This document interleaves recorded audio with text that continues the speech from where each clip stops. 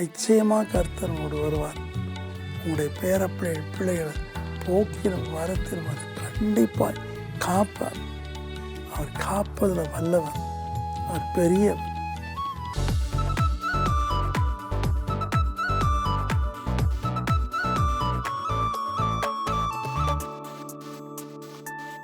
Praise the Lord. இன்றைக்கு விசேஷமாக ஜெபிக்கும்போது கர்த்தர் என்னை பார்த்து, மகனே, உன்னுடைய பிள்ளைகளுக்காக நீ ஜெபம் பண்ண சொன்னார். அதாவது இளம் பிள்ளைகள், பசங்க, ஸ்கூலுக்கு போகிற பிள்ளைகள், மாணவ மாணவிகள், கல்லூரிக்கு போகிற மாணவ மாணவிகள். நம்ம இருந்த காலம் வேற, இந்த காலம் வேற. இந்த காலம் சொல்லப்போனால் ஓவராக நல்லா படிக்கிறவங்க இருக்காங்க, படிக்க முடியாதவங்க இருக்காங்க, அது மந்தமாக இருக்கிறவங்க இருக்காங்க, சுகபோகமாக இருக்கிறவங்க இருக்காங்க, சிட்டாக இருக்கிறவங்க இருக்கிறாங்க, இன்னசென்ட்டான பிள்ளைகளும் இருக்காங்க, பல விதங்களும் மாணவிகள் இருக்காங்க. ஆனால் உங்களை பற்றி எனக்கு ரொம்ப அக்கறை உண்டு. ஒருவேளை உங்களை போல நான் கல்லூரியில் 1 வருஷம் தான் படித்தேன். ஆனால் உங்களை போல் மேற்படிப்பு என்னால் கல்லூரி போக முடியல. ஏன்னா வேலையை நான் செய்ய வேண்டியிருந்துச்சு. ஆனால் அதே நேரத்தில் உங்களுடைய பாதுகாப்பை நினைக்கும்போது எனக்கு கண்ணீர் வரும். கர்த்தர் இது முதற்கொண்டு உன் போக்கின் வரத்தை என்றென்றைக்கும் காப்பார். விசேஷமாக பொம்பளை பிள்ளைகள் வயசுக்கு வந்த பிற்பாடு, இல்லை வயசுக்கு வராமல் இருந்தாலும் சரி, அவங்க ஸ்கூல் போகும்போதும் காலேஜ் போகும்போதும் பெற்றோராகிய நமக்கு பயமாக தானே இருக்குது. பயம். எதனால பயம்?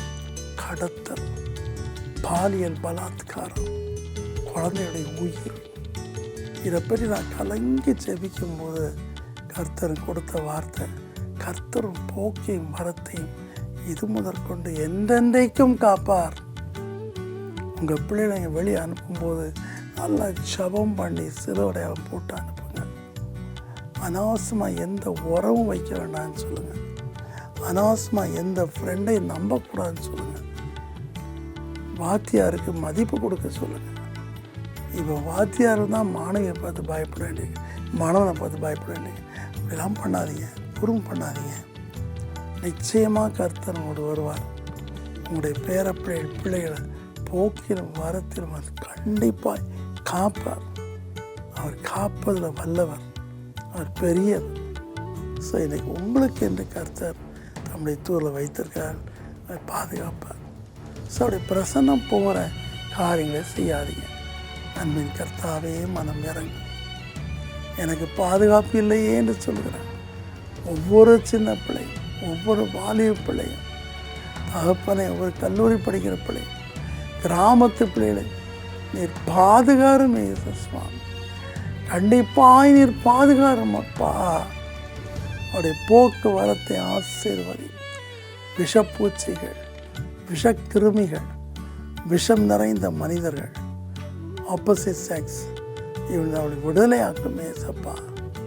அவளுடைய தீண்ட வர எல்லா விதமான தீய சக்திகளும் அழிந்து போவதாக, ஒழிந்து போவதாக. உம்முடைய மகத்தான பிரசன்னம் இந்த ஜெபத்தை கேட்கிற ஒவ்வொரு வாலிபுள்ளிகள் இறங்குவதாக. தூதரோடு செல்லட்டும், தூதரோடு வரட்டும். ஆசீர்வதி. இயேசுவின் நாமத்தில் தாழ்மையோடு வேண்டிக் கொள்கிறோம் கர்த்தாவே. ஆமென்.